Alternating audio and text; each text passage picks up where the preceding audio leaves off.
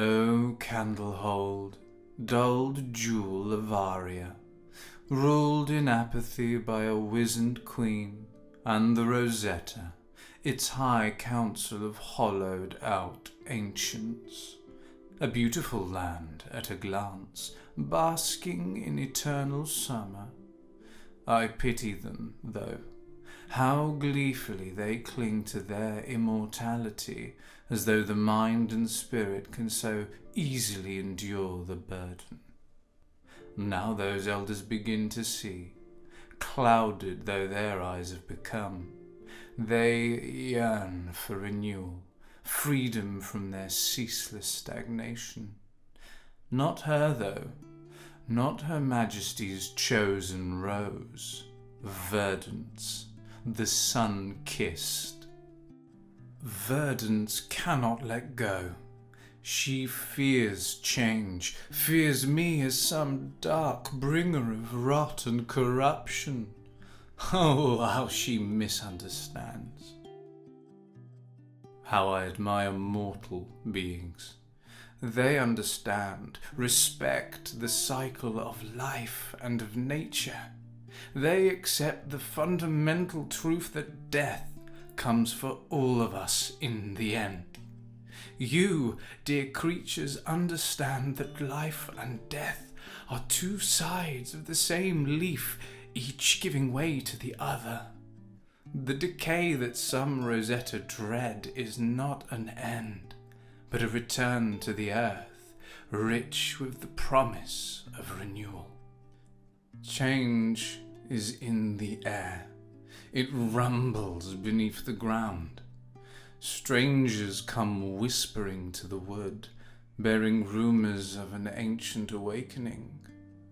Change cannot be resisted forever, not even by their beloved Rosetta. Welcome to my review of Flesh and Blood's latest expansion, Rosetta. As a sequel to Tales of Aria, Rosetta is filled to the brim with the forces of nature. It introduces 4 new heroes wielding 2 familiar elements, earth and lightning, with a focus on the arcane. 2 rune blades, 2 wizards, and 2 elements, 1 hero for each combination.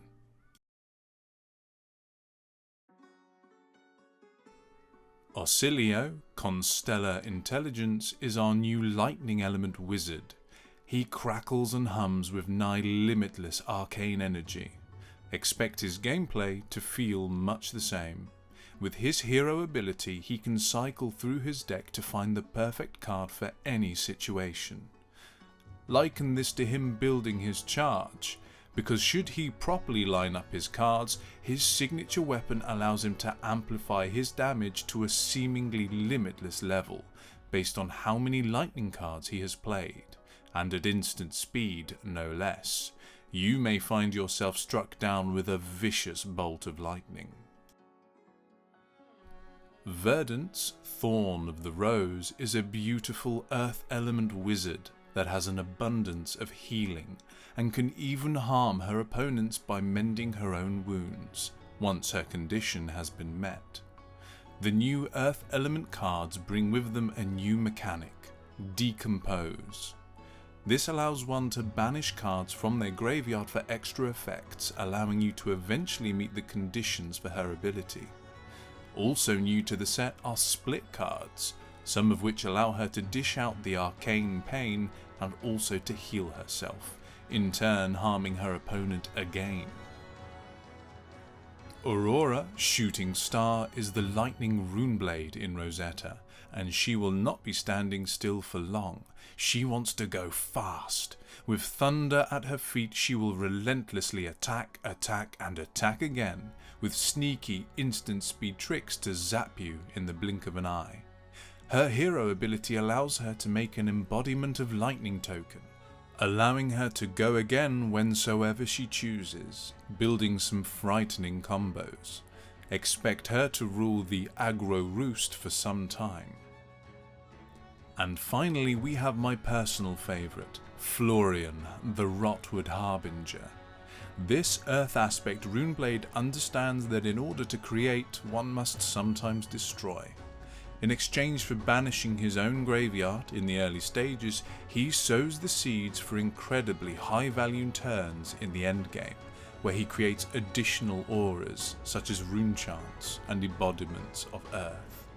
A strong defense holds opponents at bay until he builds his power and becomes difficult to contend with, littering the board with rune chants waiting to detonate.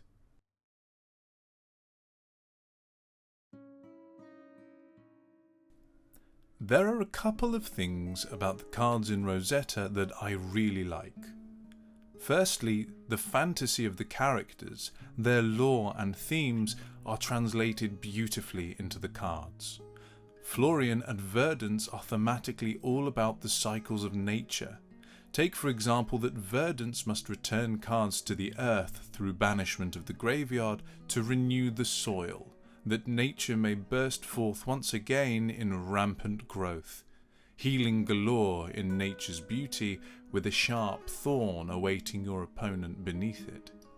For another example, you can almost imagine Aurora zipping around, blinking from spot to spot with lightning at her heels, like a hyperactive Hermes. One moment she strikes you with her charged blade and then zip, gone in a flash, before the next sizzling strike in her dazzling onslaught. Secondly, there have been a tremendous number of powerful and exciting new cards for the unaspected classes. As a player who started out with Viscerai, my heart swelled with excitement when I saw cards like Snuff Out and Succumb to Temptation, which offered some incredibly threatening disruption. In fact, I would say that the cards which lean into the new character archetypes are more limited than I had expected. Lastly, as usual, Rosetta has expansion slot cards for classes not present in the majority of the set. It's early days, so it remains to be seen how effective these cards will be, but I generally get the impression that they were well needed. Brute got a new card which allows them to select a card banished by Intimidate and get rid of it, which could be a huge part of Reinar's plan going forward. And Betsy got a new specialization which allows her to draw a card and make her opponent discard if she wins a wager, which is a well-needed boon for an underappreciated character. The warrior card is also an auto-include for most, but is perhaps not as exciting or revolutionary. For the legendary equipment in this set, we've got a few spicy new cards. For the Earth legendary, we have an excellent defensive buff for our heroes, enabling Florian in particular to create 2 embodiments of Earth on the block. Aether Bindings further amplifies Auxilio's escalating combo turns. Lightning Greaves allows Aurora to go stupid, go crazy. And Face Purgatory is a fantastic defensive option against go wide decks for Runeblades. The Arcanite Fortress offers excellent generic defense with a small peek at possible future defenses. All of these seem excellent without breaking the game outright, exactly as it should be. And of course they look excellent, especially the extended art cold foils. Whew! The set seems well balanced and thematic, with some very strong cards, but nothing clearly in need of prompt banning. Limited formats seem a little more difficult with this set though, Florian seeming to be the easiest to construct, but I'll leave that analysis to the experts.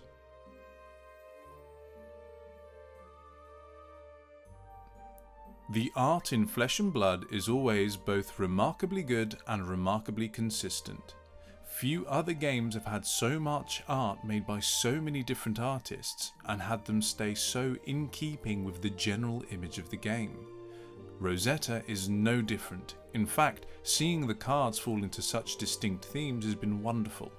The beauty and tranquility of nature is caught wonderfully in such cards as Earth's Embrace and Germinate. The grand feeling of the set's lore is depicted beautifully as fable in cards such as Felling of the Crown. The classic horror of Runeblade cards has seen an interesting new musical twist, with operatic singers and interpretive dancers twisted and contorted into malefic creatures. Lightning cards seem slightly less inspired generally, but feature some beautiful use of colour, some beautiful human beings, and still have one or two absolute bangers, such as the extended arts of Gone in a Flash and Channel Lightning Valley, both of which I packed at my pre-release. Wizard cards are good too, but have always felt harder to stand out with, perhaps a limitation of the theme. What doesn't fail to stand out are the marvels in this set. They are gorgeous, as always. The sigils might be disappointing to pack from a value perspective, but let's not pretend they don't look like $1,000,000. And don't get me started on the Marvel Rosetta itself. The artists have really knocked it out the park with this set, but in a more personal note, I want to take a moment to congratulate Jesada Suti for creating what is, in my humble opinion, the greatest piece of art in Flesh and Blood so far.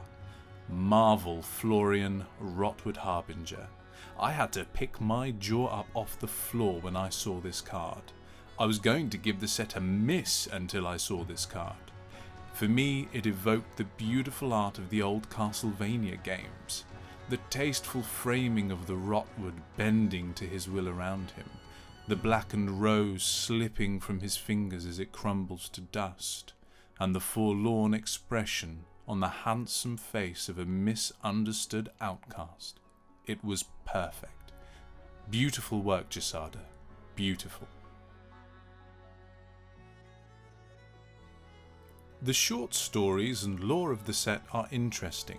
The set feels very much like an introduction and setup for something that will follow after.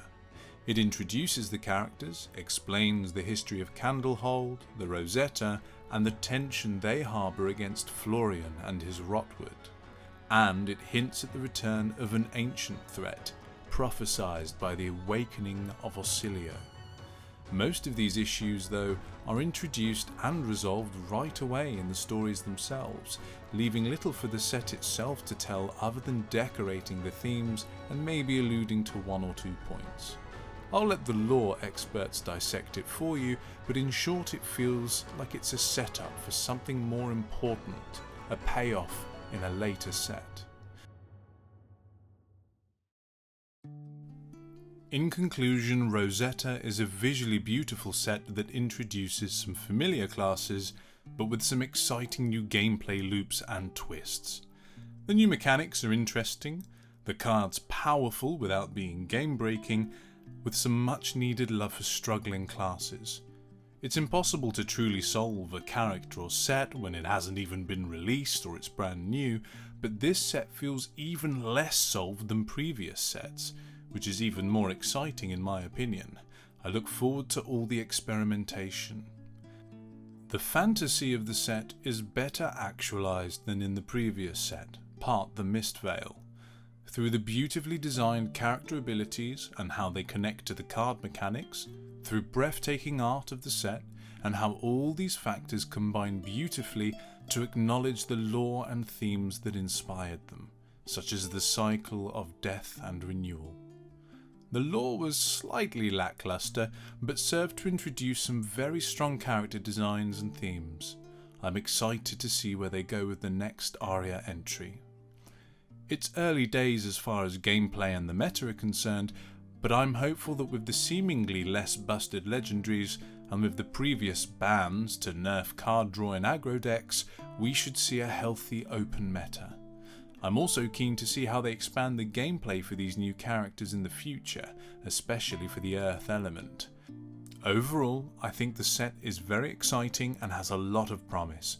I'm excited to see where the actual gameplay and the meta goes and evolves from here, but it's off to a really good start and I think that they've really hit it out the park with this set. Please do give it a try.